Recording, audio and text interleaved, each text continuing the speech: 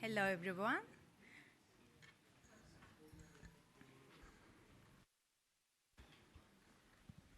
Is it better now? Okay. So, hello, everyone. Today, I will talk about the psychodynamic interpretation of suicide in young adulthood. So, I'm Nurdan Kozançakı. I'm currently doing my PhD in psychosocial and psychoanalytic studies in the University of Essex. And at the same time, I work as a clinical psychologist currently based in Dubai. So, outline of this presentation, I will first start with prevalence and risk factors of suicide in young adulthood, and then I will proceed with understanding youth suicide in psychodynamic perspective, and then I'll specifically focus on the unconscious of suicide, the interpersonal nature of suicide, the mental pain and fragmented sense of self in suicidal behavior. And then I will finish with reducing the suicide and psychoanalytic therapies approach in reducing the suicide. According to WHO's report in 2021, there are more than 700,000 suicides in 2019, which makes suicide, a global suicide rate as 9 per 100,000 individuals. Between 2007 and 2014, adolescent suicide has shown an annual increase of 3%. And the report shows that the rate of suicide is higher in males than in females, and the highest suicide rates are reported in high-income countries. The mortality rate, on the other hand, is higher in low or middle-income countries. So, suicide ranks as the fourth most common cause of death worldwide, and also fourth most common cause of death among young people worldwide, according to WHO's report. In the USA, suicide is the second leading cause of death among individuals aged between 10 to 24 years old. So, these numbers show there's a concern for addressing young adulthood suicide. I will now proceed with some of the risk factors for suicidal behavior. The first one I would say is when you notice someone focusing on death themes, when you notice someone talking about thoughts or threats of suicide, when there is a previous instance of suicidal threats or actions, when someone goes through a long-lasting periods of depression, when they have some changes in their sleep patterns, they have significant weight fluctuations or extreme changes in their eating habits. Another risk factor is social withdrawal, the history of ongoing family conflicts, decline in academic performance, disciplinary issues at school or college, history of bullying, previous family suicides, persistent substance use, noticeable personality or behavioral shifts like heightened anxiety, anger, outbursts, or disinterest in personal appearance or relationships. Also, recent loss of a close relationship through death or suicide, particularly in college community. Making final arrangements, leaving some farewell notes, preparing a will, or opening up to someone about their mental state or intentions about suicide. And other risk factors involve stressful life events, physical illness, substance misuse, accessibility of death methods, models of suicidal acts in the media, sense of hopelessness, and impulsivity. So I will now focus on the period of adolescence to adulthood, which is a transition period, because it's important to explore the changes that happen during adolescence to understand the factors behind suicide in young people. So adolescence is a period with important biological, psychological, and physiological changes, creating a turbulent inner world. And personality development, which makes a person susceptible to suicide, can be triggered in this turbulent period. So young adulthood can be defined as a transition period between adolescence to adulthood, concluding at the age of 30. There is an increase in youth suicide in both actual suicides and in suicidal attempts.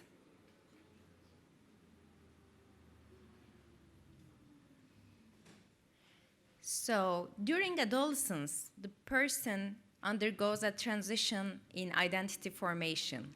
The individual's identity is no longer defined by their family roles, but also as individuals navigating their intimacy and sexuality in relationships.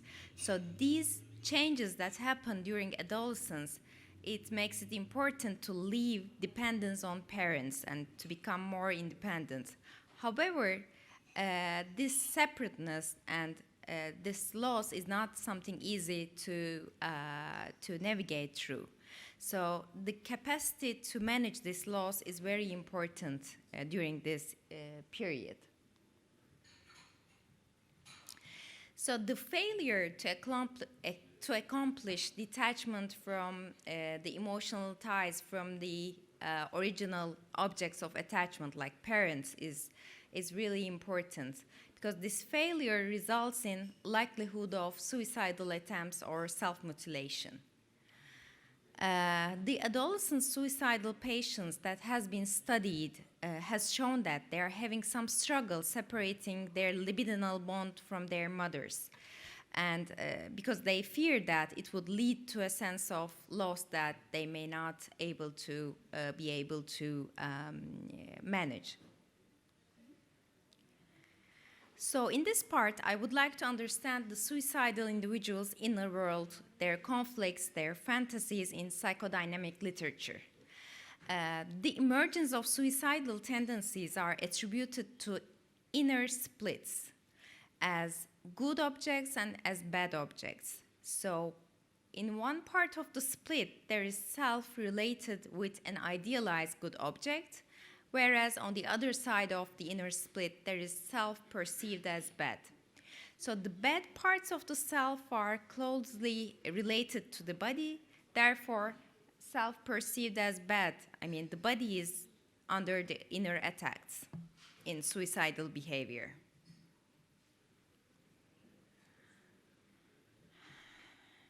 I will move on with explaining in detail the unconscious meaning of suicide.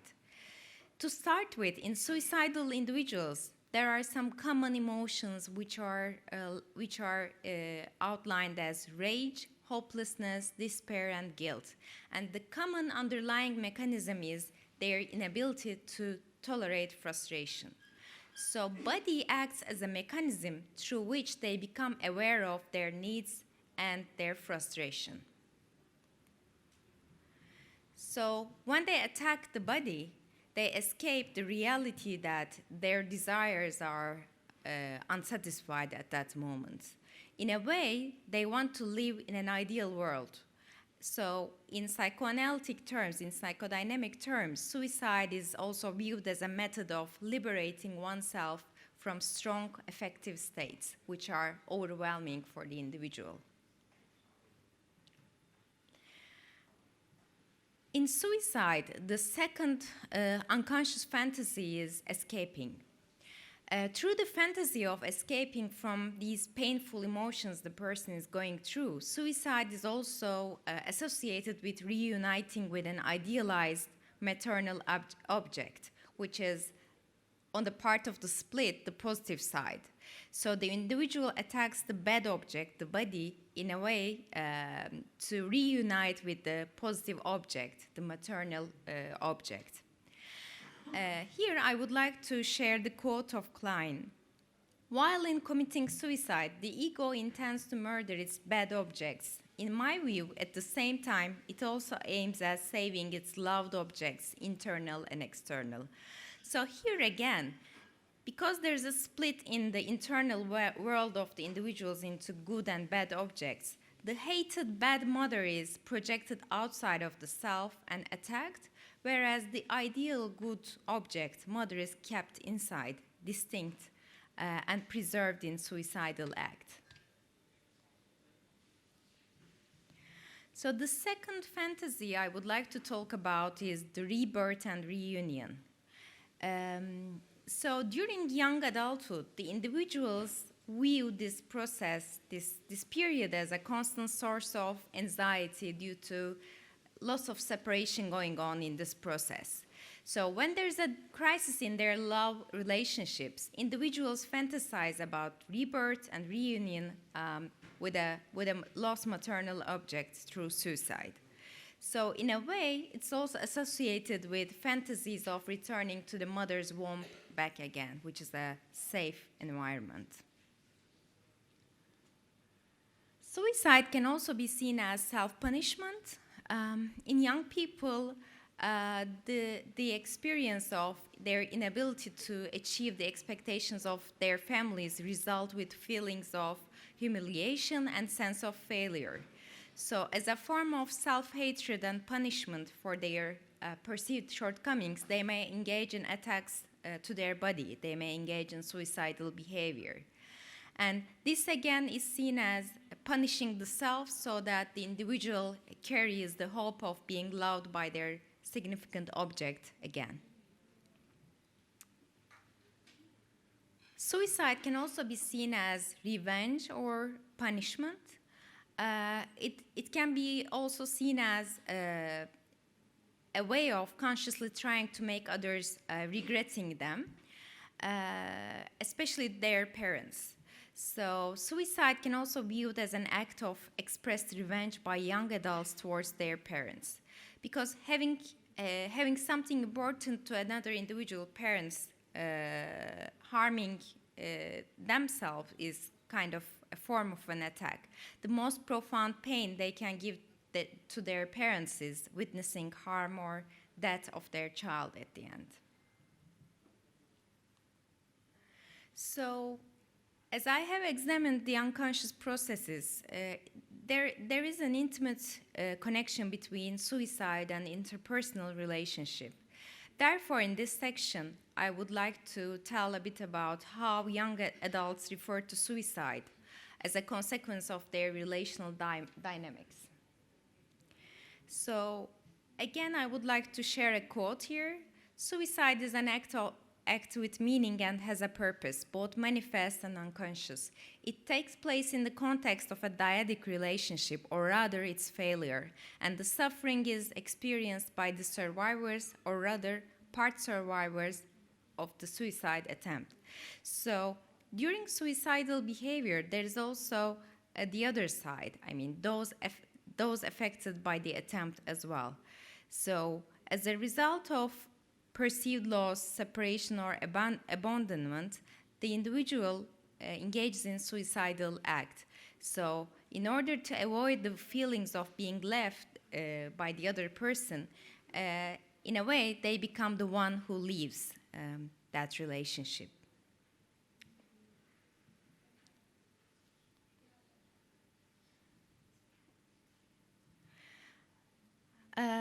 I would also like to talk a little bit about mental pain involved in the suicide. So research shows that individuals who engage in suicide have mental pain. And the factors contributing to mental pain are, firstly, their negative self and other representations. They view self and others in a consistently negative light.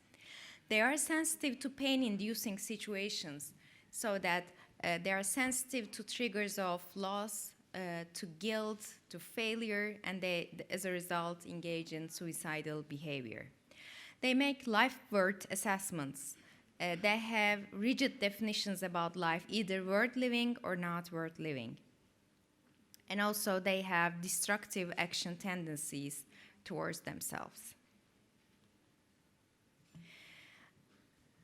And also, the suicidal individuals have not attained a cohesive sense of self-unity, but has inner division within themselves. As I previously mentioned, there's a split within their inner life.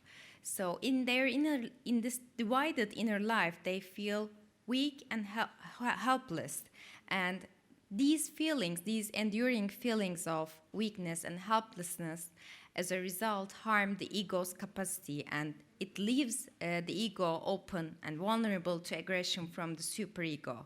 So superego, in a way, punishes the self for some minor mistakes. So there is more hopelessness as a result, so that the self is disintegrated. So the individual views the suicide as a surrender to these internal persecutors. So suicide is, in a way, viewed as a sense of final liberation from all the internal pain. So I came to the last slides of my presentation. Here I would like to outline some of WHO's action plan to reducing suicides in 2020. So in a way, they would like to implement laws to restrict access to common means of suicide. Oops, sorry.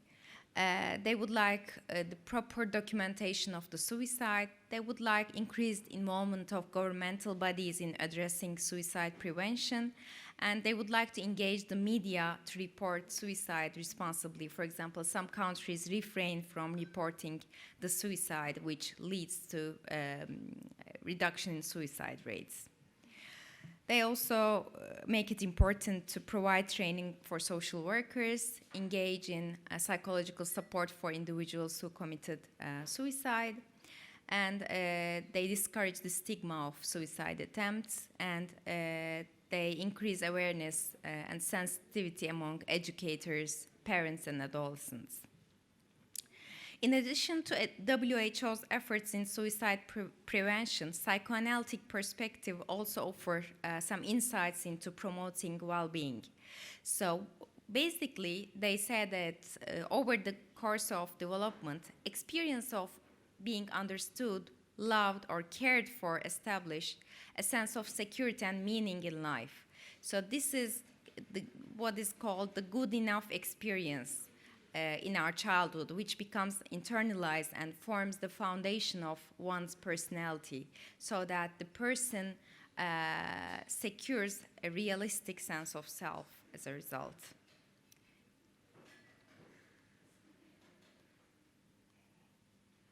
So the goal of psychoanalytic psychotherapy is addressing the underlying vulnerabilities of the person that make that person become suicidal, so in order to decrease the risk of recurrence in the future. It aims to empower adolescents to gain control over aspects of their internal reality. It helps the person to feel secure from internal persecution of superego, and it aims to reduce their reliance on defense mechanisms like splitting. So to conclude, the most important treatment plan is understanding the role of diagnosis, medication, and psychotherapy, which is guided by psychodynamic meanings of suicide, especially with long-term psychodynamic psychotherapeutic interventions. Thank you. Our next presenter is Crispin Batsirai Marasha from the Stellenbosch University in South Africa. The title of his presentation is Interrogating the Impact of Religious Cults on the Mental Health of Youths in Zimbabwe. He will be looking at a specific case study, so please, thank you.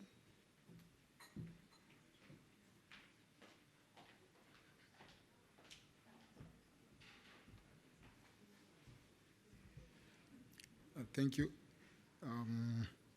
My name is Crispin Marasha, as has been said. I am a student, PhD student at Stellenbosch University. I focus mainly on the interpretation of the Old Testament from a childist perspective. In other words, I employ the childism as a method to interpret the Old Testament. And on this particular presentation, I'm going to employ the Bronfenbrenner's theory on the topic, which is interrogating the impact of religious cults on the mental health of youths involved in Zimbabwe, a case of John Masoe Gorejena Penyiranyika cult.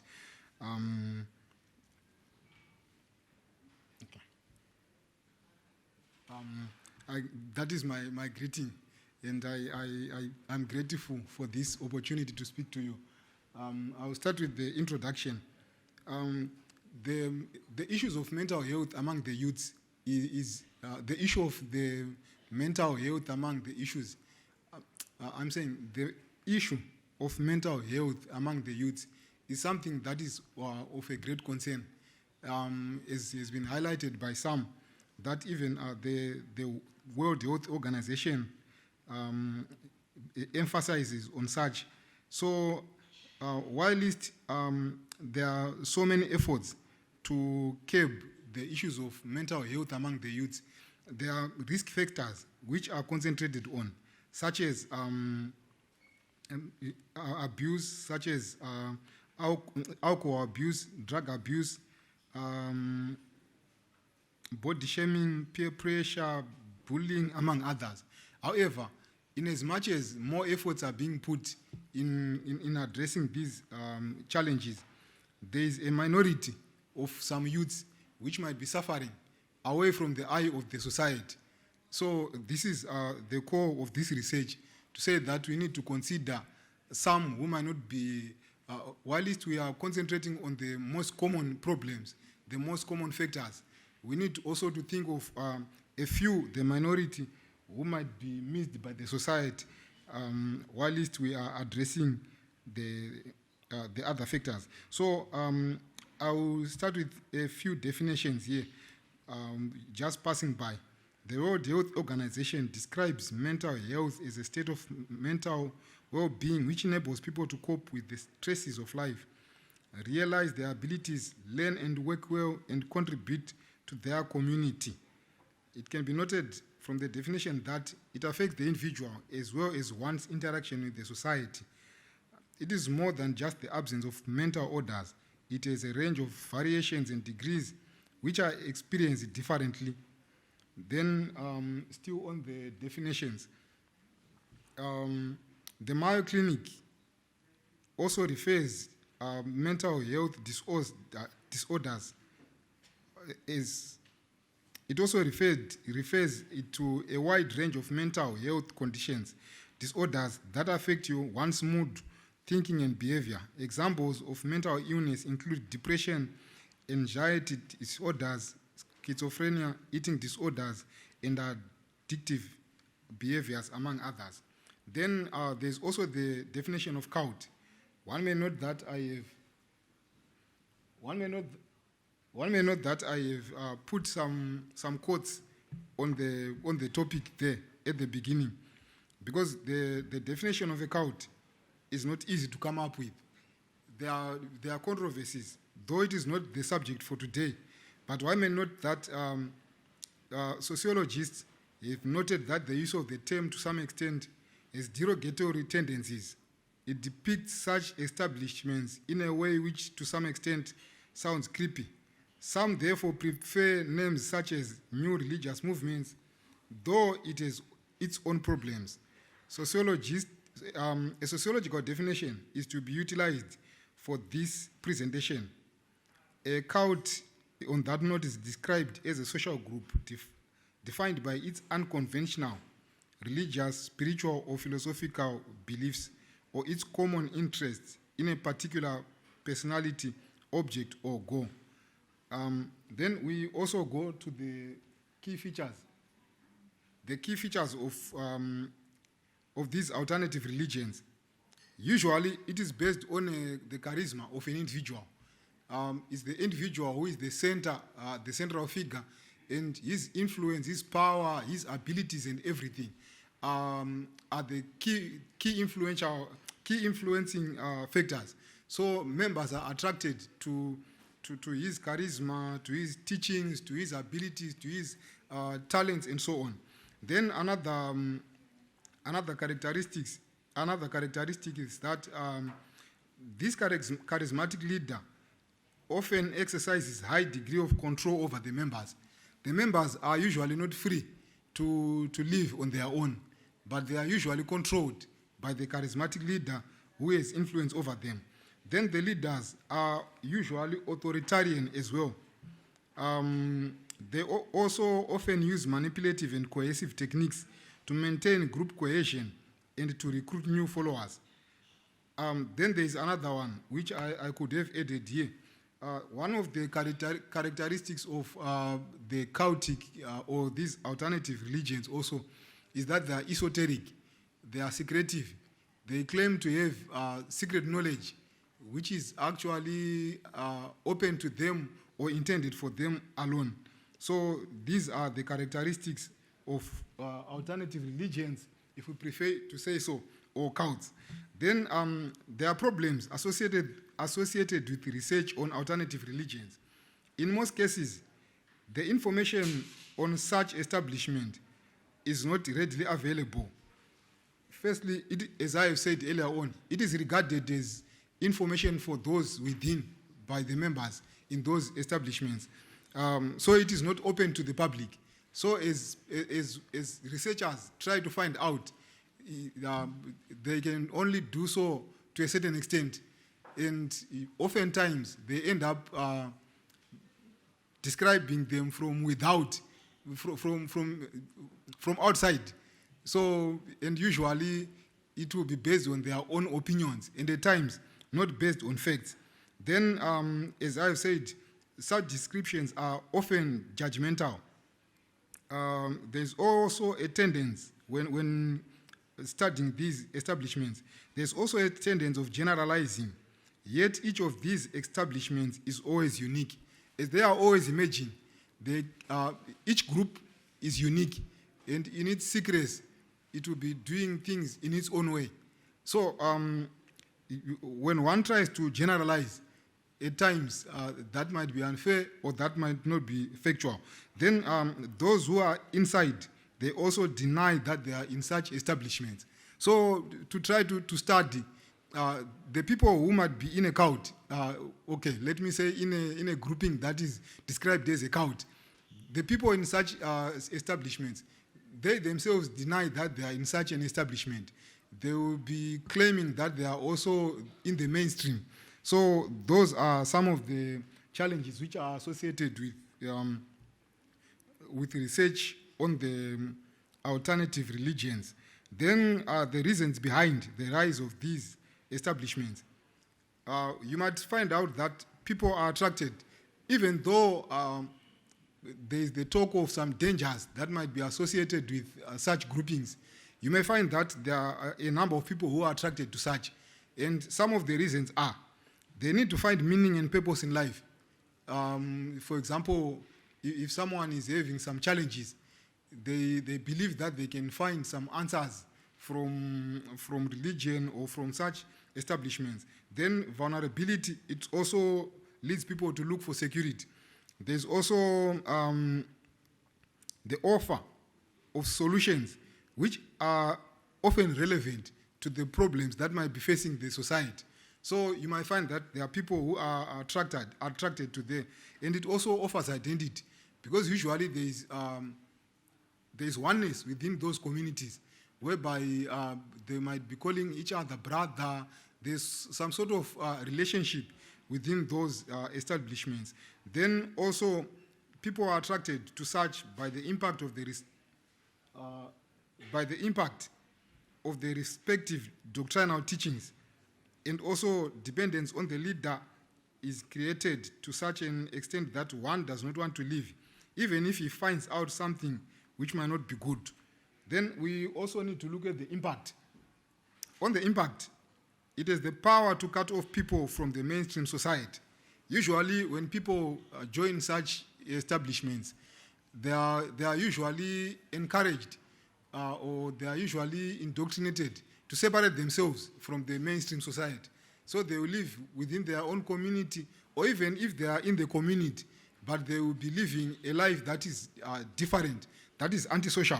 Then in terms of impact, it is also not easy to abandon.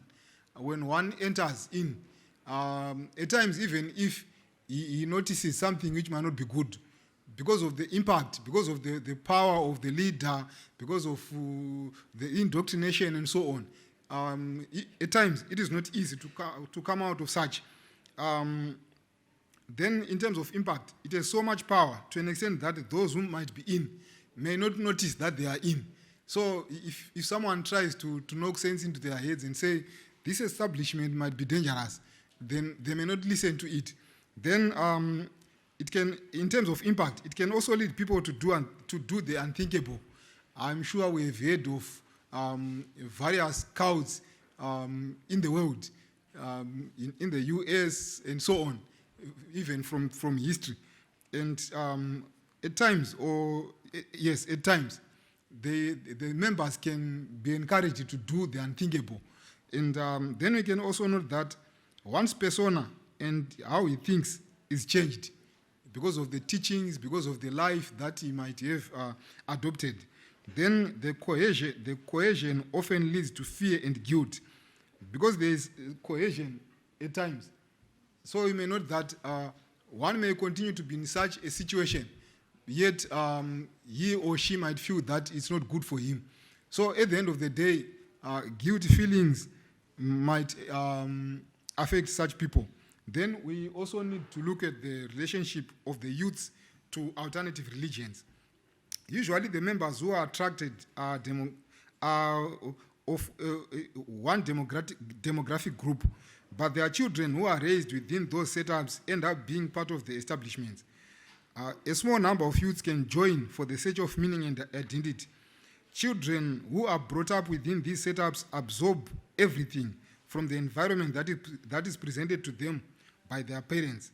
So at times, there are some who join by their own choice, then there are some who are brought up within those environments by their families, or someone who, maybe when a parent joins such an establishment, he or she takes along with these children to such. Then in terms of relationship, as we continue, in terms of relationship to the youth, we may note that usually the demands of the leader, they are at times not sensitive to the needs of the children. So, for example, the pressure that is exerted upon the parents to live according to the dictates of the rules or the beliefs in such establishments, if the parent strives to live according to those rules, at times he or she neglects the needs of the children. So then on another note, the confinement and separation demanded by such communities can fail to recognize the age-appropriate behavior of the youths. For example, the teens, the adolescents, the youth in general, the teens, for example, they are at a stage where they want to explore the world for themselves. They are at a stage where they want to be independent. Yet, the demands of such establishments might be, the demands of such establishments desire to confine them, desire to avoid, to prevent them from being free. So you may find that there is a conflict in terms of child development, in terms of the lives of the youths. Then, I think in terms of the relationship of the youths to such establishments, I have covered it. Then we can go on now to the Zimbabwean example. When I'm saying the Zimbabwean example, I'm not saying that it is what characterizes Zimbabwe, but I'm only saying that by the time of this research, what was topical in the media in Zimbabwe was concerning this establishment which was raided. So such establishments are not, I'm saying, when I say a Zimbabwean example, it's not to say that it's Zimbabwe, but this can be found anywhere, as I've mentioned earlier on. In Zimbabwe, on the 12th of March, the police and the officials from the Ministry of Local Governance, from the Public Works and National Housing, the Nyabira Rural District Council, the Registrar General's office, the Department of Social Welfare, and journalists, they raided a farm which is called Lily Farm in the northeastern part of Zimbabwe. So, of Harare, I mean. They raided it at around 4 a.m. and they found out that there were many people who were living there of the establishment called the Johann Masowe Gore Jena Penyera Nyika. And various interviews which were carried out by the media houses and were beamed on the YouTube. The interviews are there on the YouTube. These interviews revealed that the members, including children, were living there, and there is a lot which was happening there, which includes, for example, the Herald reports that 251 children were living on that farm, and they were not allowed to go to school. They were not allowed to go to the hospital. Those were the rules of the religion, and also it is alleged that they were not they were given to marriage at a younger age. And also, they did not have birth certificates. And they were also indoctrinated to hate or to disown their parents who were not in. For example, if a father comes along with his with his child, and the mother decides to remain behind, the child would be indoctrinated to disown the parent who is not a member. So this is what was found by the raid which was carried out. It was also noted that the children had been indoctrinated to live a life that is different from the millions of other children in the country. However, one interesting thing is that despite living differently from other children, the children, when they were interviewed, the videos are there on the YouTube. The children, despite being confined there, they argued that they were happy with their lives at the farm. They said that we are fine, we don't have any problem. They were arguing, even arguing with some journalists who were asking them. So this is also an interesting thing that we should note. Then common mental health issues and mental illness. I have to pass by here. Mental health challenges can affect working, personal relationships. Counseling, medication, or both can address such challenges. Below are some of the common mental health issues and illnesses. Anxiety disorders, which may include generalized anxiety disorders, social and specific phobias, panic disorders, obsessive compulsive disorder, post-traumatic stress disorder, and others. Untreated anxiety disorders can lead to significant impairment on people's daily lives. I think I should now go to the Bronfenbrenner's theory, which was propounded by Yuri Bronfenbrenner. The assumption of the theory is that I use this to analyze the happenings. Okay, all right. I'm finishing off. I use this to analyze the findings of the establishment which was raided. So this theory, in summary, Bronfenbrenner divided the society into 5 layers or into 5 systems, where he says firstly there is the micro system, which has direct influence to the child in the home. Then there is also the meso system, which involves the influence or the system which has also influence on the child. For example, the church, the school, for example, the interaction or the relationship of the teacher of the child with the parents and so on. Then, in addition, there is also the exo system, which has to do with the relationship of the two systems with the external environment of the child, which is not directly influential on the child. Then there's also the macro, which combines all the elements of the society, how it affects the child's development. Then there's the chrono, the last one, which is the Then there's the last one, which is the chronosystem, which has to do with the transitions in one's life or the socio-historical issues. So I'm saying, in short, Bronfenbrenner's theory says that all the systems or all the layers of the society should interact well to enhance the development of the child.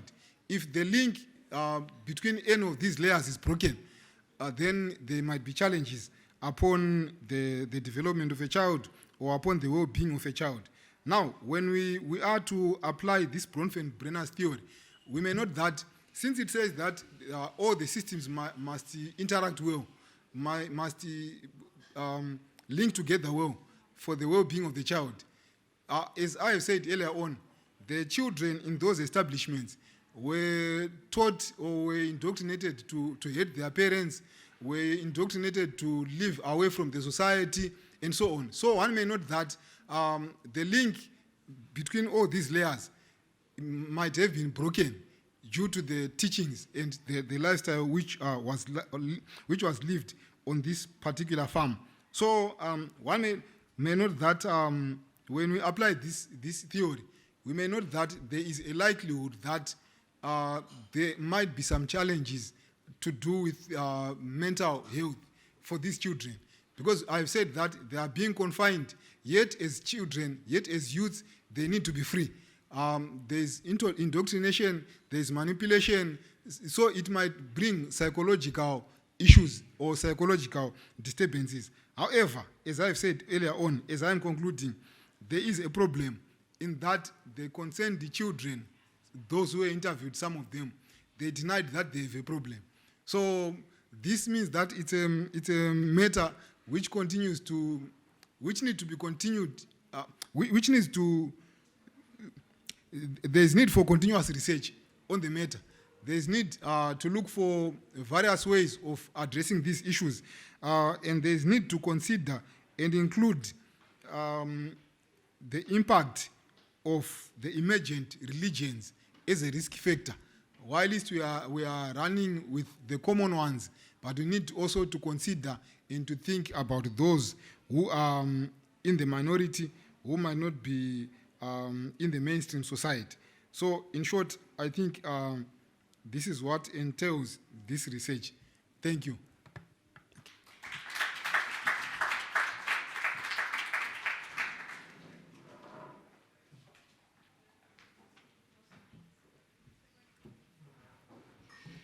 Thank you, and this brings us to the last presentation of our day from Hubert Antokolski from the Adam Mickiewicz University in Poznań, Poland.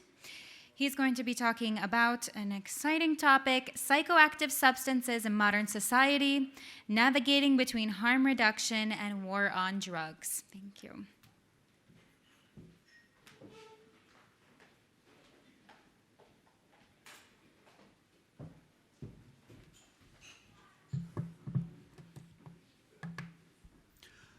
Hello, everyone. Before I begin, I have one simple question. Whose wallet is that? Okay, the wallet is mine, but so is your attention. Communicating science is always difficult, and it's even more difficult in times such as this afternoon. We are after all our coffee breaks, after our lunch break, so sorry for that little gimmick. And yeah, the presentation is on, so we can move on to a little bit of introduction. This is the agenda of my presentation. So we are going to start with the introduction, then we're going to have a brief outline of the history of the relationship between Homo sapiens and psychoactive substances. Then we are going to look at the current state of the problem. We're going to look at Poland and the whole world. Then we're going to go to the main part, to the main dish of this presentation, which is the difference between major axes of drug policies around the world. And then briefly, I will tell you about 3 example approaches, science approaches to this particular problem. So let's begin with introducing myself. as I've said, my name is Hubert. I'm 26 years old. I'm a PhD candidate from the University of Adam Mickiewicz in Poznań, Poland. I'm also an entrepreneur, a father, but there is one thing that I have to mention here, because I'm really glad I'm here in Budapest. Thank you to the MCC for inviting me. And also there is one thing that my city, my alma mater, Poznań, has in common with Budapest, and maybe some of you know that we have some common history. 1956 is a big year for both Budapest and Poznań, so I just wanted to say a word about that. So let's break down our topic into basics. So the first phrase is psychoactive substances. So we are not talking about drugs, we are not talking about narcotics, because the scientific approach says that it should be psychoactive substances. And this has not only traditionally illegal substances, but also things like alcohol, like caffeine, etc. So that's an important remark. Then we are going to look at the modern society, but before we do that, we have to get some historical context. We are navigating between harm reduction and penalization, or war on drugs, so to speak. And I will tell you a bit more about that later. So I started being interested in that topic around 2020, and I've written my major thesis regarding these persuasion mechanisms that were traditionally and contemporarily used in media. There are some examples from my master thesis. For example, this is an American newspaper, Vanity Fair, from 1962, and it has a straightforward hashish candy advertisement inside that. Right now I'm in the middle of my PhD journey, and I'm preparing a thesis that is going to use natural language processing techniques to analyze huge chunks of media content. And I will be looking at Polish televisions, and I will be examining discourses, drug-related discourses. So you can see that the praca doktorska, doctoral thesis, is blurred because it's non-existent yet. But then let's quickly maybe see who also researches this topic and what do they have to say. So I have a few examples. For example, this is a paper that examines models of media effects. So those of you who are familiar with media studies know that media effects is always something that is let's say controversial. We have plenty of researchers that examine this particular psychoactive substances topic from the perspective of ethnology, ethnographics, and history. But we also have some Polish researchers. This is Maria Plucińska. She's a doctor at Uniwersytet Łódzki, and she was studying the narration in American Parliament regarding psychoactive substances. But also we have Piotr Kępski, who studies discourses and drugs and their images in Polish everyday press. And there is one big piece of literature I'm really keen on. So this is a monographic that also Maria Plucińska has taken part in, and there's a hypothesis that the drugs are being normalized in European societies, and we're going to go back to that particular monography shortly. So maybe I will take a few minutes to briefly examine the history of psychoactive substances and Homo sapiens. We're going to use this timeline for that to keep things organized. And we're going to take a hell of a journey between, let's say, 3 millennia before Christ to 1961. And the first actor we have here, I'm not sure if anyone recognizes him. Probably not. This is Shenong, and he is, we don't know if he existed or not, but he's a figure from Chinese mythology. Shenong taught people how to use the plow. He taught Chinese people how to, the basics of agriculture, but also he taught people in China, at least that's the myth that say, how to use plants for medicinal and recreational purposes. So according to some versions of the myth, Shennong actually died because of some plant he ate while experimenting on his own body. And then we have ancient Egypt, where use of both opium and cannabis was prevalent. It was mostly for medicinal and ritual purposes, but also then we have ancient Greece and Rome, and then the use of opium and alcohol was gaining traction. There was Hippocrates. He was, let's say, he was a father of medicine for the Greek. He described the medicinal properties of various plants. We have also Dionysus, Dionysia, the popularity of wine in Greek and Roman cultures are prevalent, and also in the Judeo-Christian culture we have myths. Like central myth of Judeo-Christian world is Cana of Galilee, where Jesus turned water into wine that was a psychoactive substances. Then, during the Middle Ages, we encountered the development of alchemy. So we have technology to further distill the alcohol to make it stronger. There was also the use of hemp and opium in Europe, but it was mostly focused in upper classes. But lower classes were also using psychoactive substance. It was beer, because in Middle Ages, the water was not considered edible or drinkable, so the fermentation process of this beer would make the water pure. So a lot of people drank not water but beer with little alcohol. Then we come to the Renaissance, and we encounter the discovery of the Americas. And introduction of new psychoactive substances into European society, such as tobacco, such as cocoa, also maritime journeys. There is coffee for the first time in Europe in 17th century. Also tea and opium are spreading around the world. Then we go to the colonial period, where we have for the first time global trade in psychoactive substances. There is a development of market of tobacco, coffee, and tea plantations.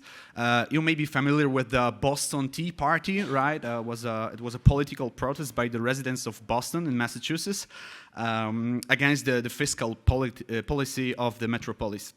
So it was one of the early episodes of American Revolution, and it has a background of psychoactive substances, that is tea. Then we go to the 19th century, and in the 19th century we have synthesis and introduction of an increasing number of drugs, including morphine. There is beginnings of prohibition of opium, and there is a first international drug conference. The 1880s in the USA brought a sharp increase of opium usage. So this is known as the first opium crisis. I suppose some of you are familiar with the opium crisis, opioid crisis we are having right now. But it turns out that the first opium crisis was in the late 19th century. So there's a sharp increase of opium addictions, mostly among housewives, doctors, and Civil War veterans, creating this first crisis. And by the end of the century, it was estimated that 1 in 200 Americans was addicted to opiates. So that's a big percentage, with 60% being women. Usually white women and of middle or upper classes. So medical journals from the late 19th century were full of warnings against overprescription of overprescribing opioids. So as medicine progressed, providing better treatment options, opioid prescribing began to decline. Meanwhile, opium smoking continued to increase, especially in Chinatowns of American cities. Then we come to the early 20th century, and I will call it the Prohibition era. So the prohibition of alcohol in the United States took place between 1920 and 1933. There was also International Narcotics Convention of 1925, and this actually was signed by Polish President Ignacy Mościcki in 1931. And this prohibition era takes us to the era that this movie illustrates the best. I don't know if anyone of here is familiar with the movie Reefer Madness. This is a movie from 1936, and it's a classic example of what scientists call anti-drug propaganda. It was popular at the time in the United States, first released as titled Tell Your Children, and it was and then later distributed under the title Reefer Madness. Reefer was a slang word used for marijuana joints, and this film actually it's really good. It's worth watching. It presents smoking marijuana as a deadly sickness. It presents smokers as rapists, murderers, etc., etc. And the film perfectly fits into this period of alcohol and drug prohibition, when actually the social and political approaches to psychoactive substances was often based on fear and misinformation rather than scientific data or evidence. So this brings me to the question how media and culture was really impacting the way we as a society or the politicians think about psychoactive substances. And actually this question it really bugs me, but it's actually impossible to answer that question using my methodology. So I have to dig deeper. But let's conclude this timeline, this storyline. After the World War II, as you're probably familiar with, the position of international organizations is strengthened. Mainly the role of United Nations is crucial in our context because of the UN Single Convention on Narcotics from 1961. That's an act that harmonized international drug law and became the starting point for the US and other countries for their actions in the following years. Maybe let's skip that theory. But yeah, the most important thing is that that act of 1961 is the most important baseline for all further drug policies in the world. This is actually a paper that Jenny Gustav, so the Polish Republic, then in the communist era, accepted this convention in 1966.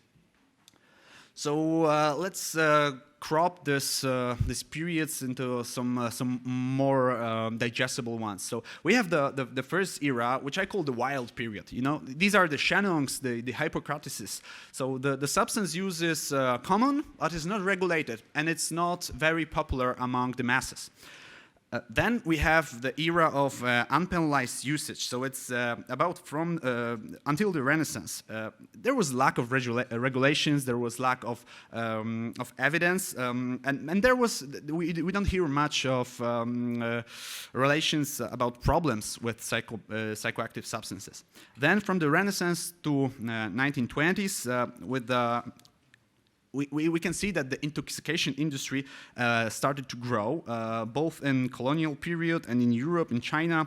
We have rising social problems with psychoactive substances. So then we have penalized usage. Around it starts with the prohibition era in the United States, and after 1961 we have something that I called institutional war on drugs, and that's a bold statement. But let's maybe move on from the historical context to the current one. So the current stage of the problem is probably best described with this. Anyone knows who's that? Anyone?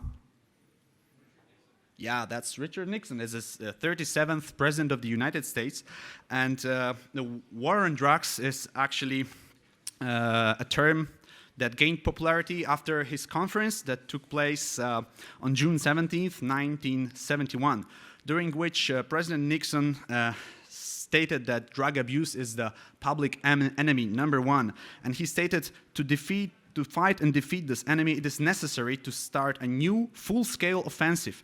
It will be a worldwide offensive. It will involve entire governments, and it will be nationwide. On the same day, Nixon presented a special message to Congress on drug abuse prevention and control, which included a text on allocating more and more federal resources to war on drugs.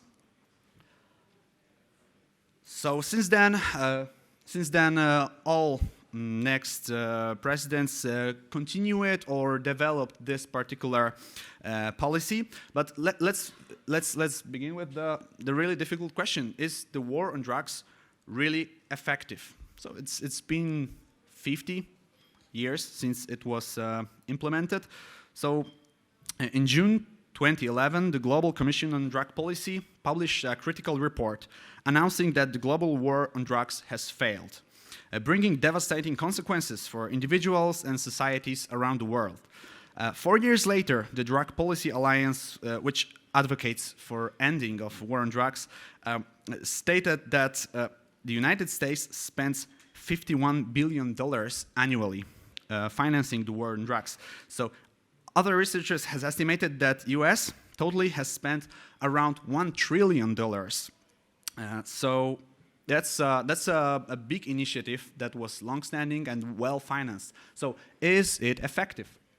And I was really curious about that question as well. So I figured, let's check the data. This is the data from World Drug Report. And that data is kind of shocking. I don't have time to go through the whole report, but here you can see some key statistics. For example, we have, from 2021, we have 296 people using drugs. So it's a sharp increase of 23% over the last decade. Also, we have a 45% increase over the last decade of people who with drug disorders. Also, right here, we have, I don't know if you can see that, but people under 25 years old in treatment account for 52% of all people in treatment in South Africa, 37 people in Central America, and in Europe, it's 34 people in treatment that are below 25 years old. Also, you can see that the problem with drugs is not cohesive. It's different in different parts of the world. So this slide actually presents that here in Europe we have a big problem with amphetamine-type stimulants and with drug dealers. So if the war on drugs is not effective, should we legalize drugs? That's a tough question. Some countries did. For example, a little bit more than a month ago, Germany legalized cannabis. So you can see on that map, there's a little blue country, it's Germany. They legalized cannabis from April the 1st of this year. And I'm really curious to see what is going to be the development of that.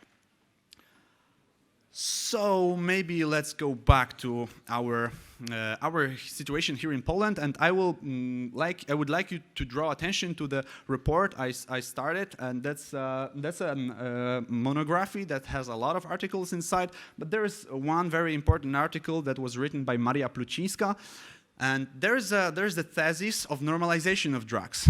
And after the 20 years, Plucińska and others tried to test this hypothesis, and she actually took data from various surveys that was conducted among the final graders in high school. So people 18, 19 years old. So there's actually 3 sources of information inside that report, and I would like to take you a little bit further into the development of those statistics in Poland. So this is a question: do you know where drugs can be bought? And we can see that from 1994 till 2003, the percentage of people who say yes, I know where to buy drugs was rising, and from that there's a decline. Also, if we asked young people, have you been offered to buy drugs? We can see a similar situation. The percentage of people who responded yes was rising till 2003 and then started declining. And there's a lot of similar examples. So Plucińska actually stated that the normalization thesis actually does not fully apply to Poland.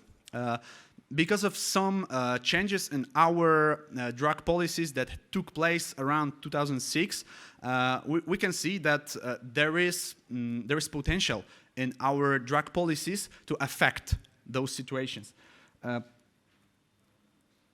This is really interesting. So these are a percentage of people who say that it's high risky to smoke cannabis, and you can see that this actual trend is going down and down. In the contrary, maybe let's skip that one. In the contrary, there is a steady increase in people who said that cannabis should be regulated. And it's rising, and it's above 70%. It's data from 2022. So there's a lot of people who think that cannabis should be regulated. But what does it mean? What does it mean to regulate cannabis, to regulate drugs? And that takes us to the final part, maybe least final part of my presentations, in which I would like to present you two major axes in drug policies around the world. So the first axis is the penalization. So this is Nixon, this is war on drugs. This is based on a notion that severe penalties and fighting drugs is an effective way to deter people from using psychoactive substances. So the fear of legal consequences will actually make people use those substances less and less. And I'm sorry, this part of slides is not translated, but the second paradigm is the harm reduction paradigm. So this is basically says the opposite, that if it doesn't matter if we let people use psychoactive substances or if we penalize, they're going to do that. And we see that it's actually empirical data that even in places, in countries where using psychoactive substances is heavily penalized, we see people who still use it. So if so, maybe we as policymakers, we should focus on minimizing the risks. So it says that focusing on minimalization, the negative effects related to using narcotics is more effective than trying to completely eliminate it. So as I said, some people are going to use drugs if we want it or not, so maybe we should just focus on letting them do that safely. But both of these approaches has its own set of risks. The penalization of war drugs paradigm has a set of risks that's it's basically high prevention costs and low effects. So if we have a dead law, in Polish there's a dead law. There's a law, but no one really follows that law. So if something is illegal, but people use it, the effect of that is that people lose trust in the legal system. And also there is a risk because if we don't let people use or trade psychoactive substances, who is going to trade psychoactive substances? The mafia. And there's a sharp increase in drug-related crimes in places where the drug policies are sharpened. But there's also risks with harm reduction paradigm. For example, we can normalize drug use. It can lead to increase in addiction problems. And there are some ethical concerns regarding that. Okay, and that brings me to the last part of my presentation, when I would like to share three example approaches to that problem. So the first one is, I think, the most obvious one. It's a medical one, and it's focused on health. It focuses on private health. So how risky it is, how unhealthy it is to use psychoactive substances. So meet David. David is a British neuropsychopharmacologist who actually tried to answer that question. And he and his friends conducted a study in 2010, and he actually examined the risks and potential negative effects of different substances. And the results are kind of shocking because it turns out that when taking into consideration both the risks to myself and to others, the most dangerous and deadly drug is alcohol. And alcohol is widely acceptable and widely offered in many places. And it turns out it, at least according to Nutt and his friends, is the most deadly one. The second approach, which is also a pretty straightforward one, is the normative approach, or maybe so let's say legal approach. And then we will focus not on individual health, but rather on public safety or public health. And I'm not a lawyer, so I don't have much to say about that, but that will take us to my field of research, because I come from the faculty of journalism and political science. I do my PhD in media and communication studies. So I'm keen on finding out, what does the media say? What role does the media play in creating these policies? So the media role in Poland is tangled and very complicated, and I'm not going to explain you the whole media system here. But I can tell you a little bit about my methodology and my tools, because as you probably realize, I'm not going to share any results of my studies because they are preliminary and they're related mostly to methodology and tools. So in our faculty, we have a great tool that's called Content Analysis System for Television. So people 10 years ago at my faculty decided to start recording all public and private TV channels and just dump the recordings on a server. And we as students, or PhD students, we have this great opportunity to examine those materials. So these are 5 most viewed TV channels, and they are being recorded all the time. And how to analyze that? And the most basic method in media studies are media content analysis. But when doing that, you require a lot of time, a lot of researchers to do that. So I asked myself a question: how can we make it faster?